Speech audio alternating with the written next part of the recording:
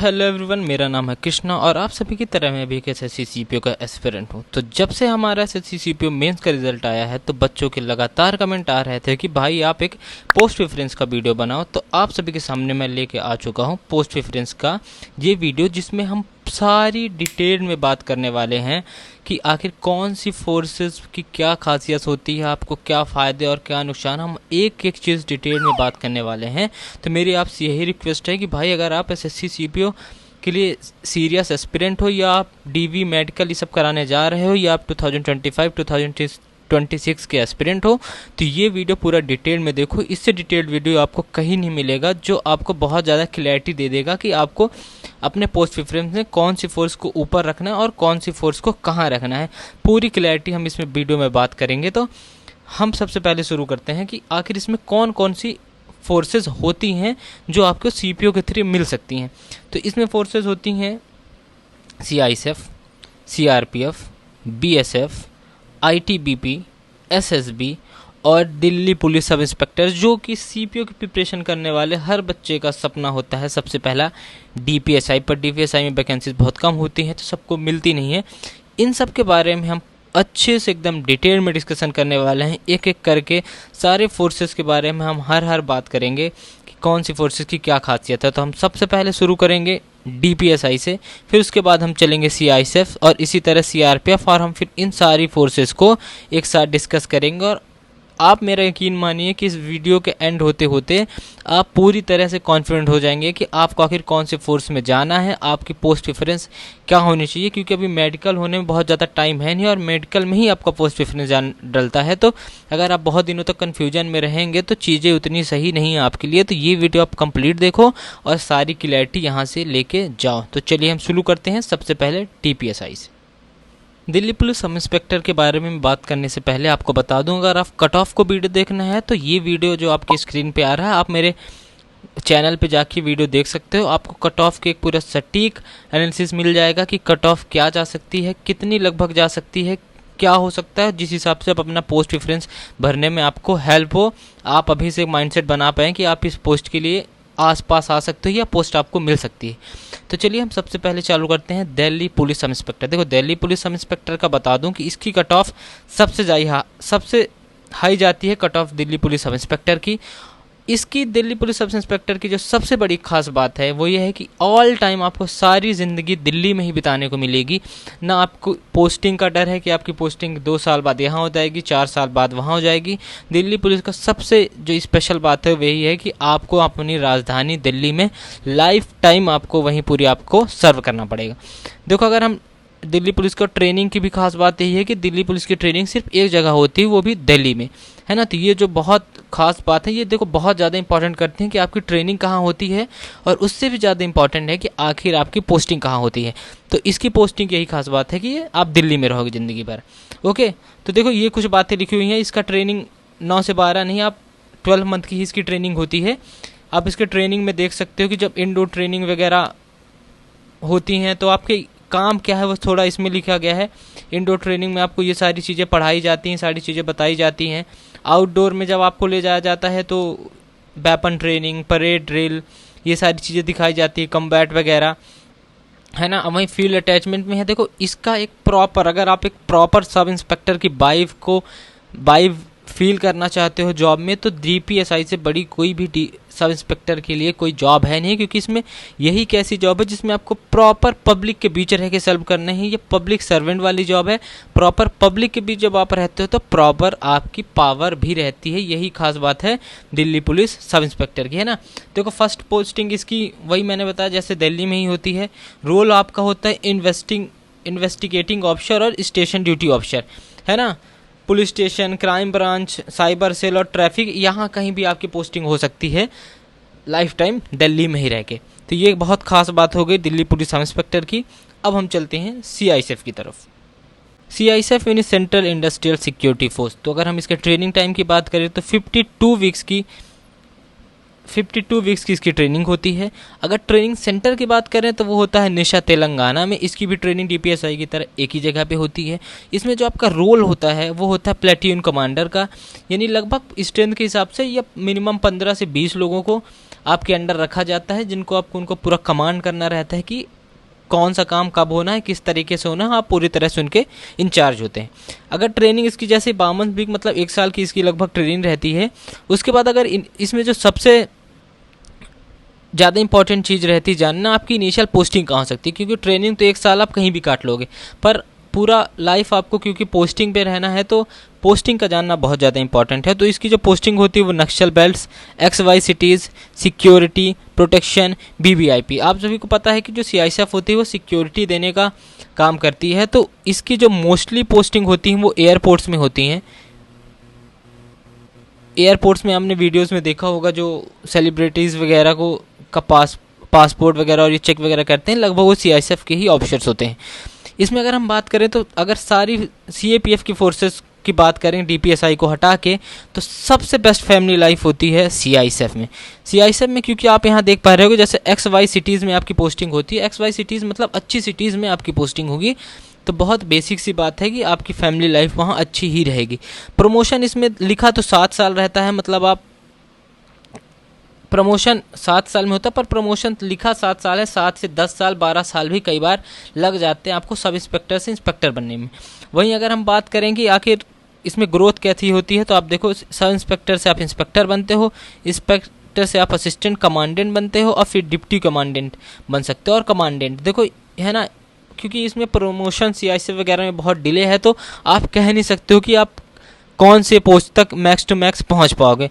वहीं पर अगर आप इसमें खास बात ये रहती है कि अगर आपको प्रमोशन, अगर आपको पोस्ट नहीं दी जाती, तो एक टाइम के बाद आपको उस चीज़ की सैलरी और अलाउंस उसी के अकॉर्डिंग मिलने लग जाता है।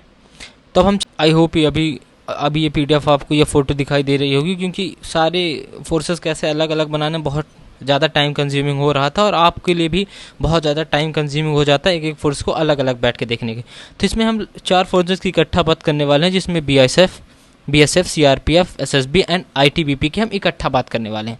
तो अगर हम ट्रेनिंग पीरियड की बात करें तो BSF की 52 वीक्स, CRPF की 52 वीक्स, SSB की 48 वीक्स, ITBP की 52 वीक्स। तो आप देख सकते हो कि लगभग सारी फोर्सेस का 52 वीक्स की ट्रेनिंग है, बट SSB की ही सिर्फ 48 वीक्स की ट्रेनिंग है। वहीं अगर हम सेंटर की बात करें कि आखिर आपकी ट्रेनिंग कहाँ होती है, तो ऐसा है आपको पता है कि BSF, CRPF लगभग इनकी पोस्टेस बहुत ज़्यादा होती है, ना कि सिर्फ CPO में, GD और कई सारे फोर्सेस में BSF, CRPF इन सब की लगातार वैकेंसीज निकलती रहती है और बच्चे सेलेक्टेड होते रहते हैं, तो जिस कारण इनके ट्रेनिंग सेंटर बहुत अलग अलग जगह हैं। तो अगर हम BSF की बात करें तो टेकनपुर में COT और STC टेकनपुर में हो सकती है, और हजारीबाग में, यहाँ 3 जगह पे BSF में आपकी ट्रेनिंग हो सकती है अगर आप BSF चुनते हैं। तो वहीं अगर CRPF की बात करें तो RTC Neemuch, CTC Coimbatore, Shivpuri, Silchar and Mudkhed, यहाँ सारी जगह आपकी ट्रेनिंग हो सकती है। वहीं अगर SSB की बात करें तो श्रीनगर, गढ़वाल, उत्तराखंड, यहाँ आपकी हो सकती है। ITBP की बात करें तो अलवार, CTC अलवार राजस्थान में ही सिर्फ ITBP की ट्रेनिंग होती है, अगर बच्चों की जो संख्या है वो नॉर्मल है। अगर हम रोल की बात करें तो आप देख रहे होंगे कि जैसा CISF में भी आप प्लेटून कमांडर थे, SSB में भी आप प्लेटून कमांडर हैं, ITBP में भी आप प्लेटून कमांडर, और BSF में भी आप प्लेटून कमांडर हैं। बट वहीं CRPF में आप सेक्शन कमांडर होते हैं, जो कि प्लेटून कमांडर से थोड़ा कम पावर रखता है। अगर हम वही इनिशियल पोस्टिंग की बात करें BSF में, BSF आप सभी को पता है कि बॉर्डर सिक्योरिटी फोर्स है, जो हमारे बॉर्डर्स में सिक्योरिटी प्रोवाइड करता है। तो जो भी स्टेट्स हैं जो किसी दूसरे कंट्री के बॉर्डर से लगते हैं, वहाँ ये सारी सिक्योरिटी प्रोवाइड करते हैं, जैसे राजस्थान, गुजरात, पंजाब, जम्मू कश्मीर, वेस्ट बंगाल, मेघालय, त्रिपुरा, मिजोरम, मणिपुर, और ये पता नहीं क्या लिखा है। ओके, अगर हम CRPF की बात करें तो पैन इंडिया आपको पता है CRPF हर जगह, अगर आप किसी भी स्टेट में हो, तो अगर कोई भी थोड़ा सा बड़ा शहर है तो आपको वहाँ लगभग CRPF मिल ही जाएगी। और पैन इंडिया आपकी कहीं भी हो सकती है, जम्मू कश्मीर और नक्सल्स एरिया में भी लगभग CRPF के बहुत ज़्यादा पोस्टिंग होती है। तो बहुत हाई चांसेस रहते हैं कि अगर आप CRPF ज्वाइन करते हैं तो आपको इनिशियल पोस्टिंग नक्सल्स एरिया में ही मिले। वहीं SSB की बात करें मतलब सरहद सीमा बल, सिक्किम, वेस्ट बंगाल, असम, अरुणाचल प्रदेश, उत्तराखंड, UP, बिहार, यहाँ अंडमान, या ये आई थिंक अंडमान लिखा हुआ है, यहाँ आपकी पोस्टिंग हो सकती है। वहीं अगर हम ITBP की बात करें, ये थोड़ा मिटा दूँ, अगर हम ITBP की बात करें तो पता है Indo Tibetan border police, Jammu Kashmir, Himachal Pradesh, Uttarakhand, Sikkim और अरुणाचल प्रदेश और अंडमान निकोबार। ये मुझे क्लियर नहीं आया, थोड़ा क्लियर कर लेने में क्या लिखा हुआ है ना। और अगर हम इनमें सब में फैमिली लाइफ की बात करें, ये जानना बहुत ज़्यादा इंपॉर्टेंट है। फैमिली लाइफ इसमें हम थोड़ा, मैं इसको थोड़ा सेट कर लूँ फिर हम इस पर डिस्कस करते हैं, है ना। तो ये थी बीएसएफ, ये थी सीआरपीएफ, ये थी एसएसबी और ये थी आईटीबीपी, ठीक है, आईटीबीपी। ओके, तो जैसा आप सभी ने देखा था, मैंने बताया था कि सीआईएसएफ में जो फैमिली लाइफ होती है वो सबसे बेस्ट होती है। तो अगर हम उसके बाद बात करें तो आपकी फैमिली लाइफ किस में कैसी होती है, तो बीएसएफ में 60% फैमिली लाइफ होती है। मतलब अगर आपको बहुत ज़्यादा एक्सट्रीम जगह पोस्टिंग मिलती है तो वहाँ आपको फैमिली ले जाना अलाउड नहीं रहता है, पर अगर पीसफुल एरिया में आपको पोस्टिंग मिलती है तो आपकी फैमिली लाइफ वहाँ ठीक ठाक रहती है, जैसे इसमें 60% दिखा रहा है।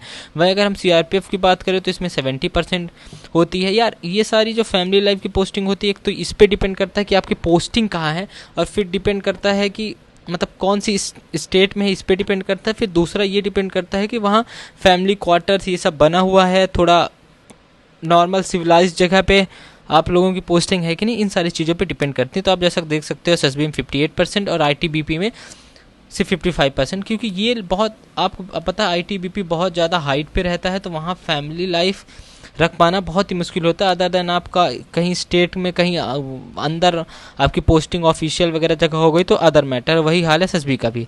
अगर देखो प्रमोशन की बात करें तो सबसे तेज प्रमोशन एसएसबी में होता है, और एसएसबी का प्रमोशन लिटरली काफ़ी फास्ट और सही टाइम पे रहता है। बाकी फोर्सेस का प्रमोशन काफ़ी ढीले और वो रहता है। बीएसएफ में आप देख सकते हो 7 साल, सीआरपीएफ में 6 साल, एसएसबी में 5-6 साल, और वहीं बात करें आईटीबीपी में 6-7 साल। देखो कुछ फोर्सेस में रहता है प्रमोशन आपको टाइम पे मिल जाता है, कुछ फोर्सेस में कई टाइम लग जाता है फोर्सेस प्रमोशन होने में, क्योंकि आप सभी को पता है कि सिस्टम बहुत ज़्यादा डिले है इंडिया में, ये कोई कहने की नई बात है नहीं। तो ये बात हो गई हमारे। अगर देखो ये तो हमने जान लिया फोर्सेस के बारे में कि आखिर फोर्स की क्या खासियत होती क्या होती है। अब हम बच्चों के माइंडसेट के हिसाब से बात करते हैं कि आखिर बच्चों का माइंडसेट क्या रहता है पोस्ट प्रेफरेंस सेलेक्ट करने में। देखो मोस्टली बच्चों का सबसे पहला प्रेफरेंस तो डीपी एसआई ही रहता है, ये आप सभी को पता भी है। आप सभी को भी अगर कोई पहली चॉइस दी जाए तो आप भी 99% लोग डीपीएसआई भी चुनोगे, पर डीपीएसआई की वैकेंसीज बहुत ज़्यादा कम होती हैं, जिस कारण से उतने बच्चों को डीपीएसआई मिल नहीं पाती। अदर देन जो सीएपीएफ की फोर्सेस, सीआईएसएफ, सीआरपीएफ, इन सब की वैकेंसीज बहुत ज़्यादा होती हैं, तो ज़्यादा बच्चों को सिलेक्शन होता है। तो देखो अगर हम ये तो हो गया डीपीएसआई, अगर हम इसको फर्स्ट नंबर पे ही रख दें तो कोई बहुत बड़ी बात नहीं है। पर हम बात करेंगे सीएपीएफ की वैकेंसीज़ के बारे में कि सीएपीएफ में पोस्ट प्रेफरेंस क्या होता है।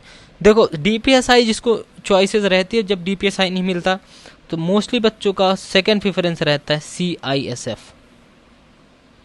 फिर उसके बाद बच्चा यहाँ पे इन तीनों में कोई भी चुनता है जिस स्टेट से वो बिलोंग करता है उसके अकॉर्डिंग, जिसमें आती हैं बीएसएफ, आईटीबीपी, एसएसबी। देखो इन तीनों फोर्सेस में आप इतना ज़्यादा डिफरेंशिएट कर ही नहीं पाते, क्योंकि इनमें एक तो वैकेंसीज बहुत लगभग सिमिलर रहती है और बच्चों की प्रेफरेंस भी बहुत ज़्यादा सिमिलर रहती है। कोई बीएसएफ, कोई आईटीबीपी, एसएसबी, इन सब में आप बहुत ऐसा डिफरेंशिएट नहीं कर पाते, इसी कारण इनके कट ऑफ भी 1 नंबर 2 नंबर का डिफरेंस रहता है। वहीं अगर हम फिर थर्ड नंबर की बात करें तो वह है सीआरपीएफ। पता है आपको सीआरपीएफ थोड़ा टफ जॉब है, इसमें फैमिली लाइफ, स्टडी टाइम काफ़ी कम टाइम मिलता है आपको, जिस कारण बच्चों की आखिरी प्रेफरेंस ही सीआरपीएफ रहती है अगर उनके नंबर ठीक ठाक हैं तो। ये हो गई पोस्ट प्रेफरेंस के बाद। आई होप ये वीडियो आप लोगों को बहुत ज़्यादा हेल्पफुल रहा होगा ये समझने की में कि कौन सी फोर्सेस की क्या खासियत है, और यहाँ से ये समझने में कि आखिर बच्चों का माइंडसेट क्या रहता है प्रेफरेंस भरने में। तो अगर आप ये वीडियो आपको पसंद आया तो प्लीज़ चैनल को भाई सब्सक्राइब करके जाना, क्योंकि आप सभी को पता है कि हमारा सीजीएल का एग्ज़ाम लगा हुआ है। मेरे सारे दोस्त सीजीएल बैठ के पढ़ रहे हैं, बट मैं फिर भी ये कोशिश कर रहा हूँ कि जितनी ज़्यादा इन्फॉर्मेशन आप लोगों तक पहुँचाई जाए मैं पहुँचाने की कोशिश कर रहा हूँ। तो थैंक यू सो मच। मैं मिलता हूँ आप सभी को नेक्स्ट वीडियो में।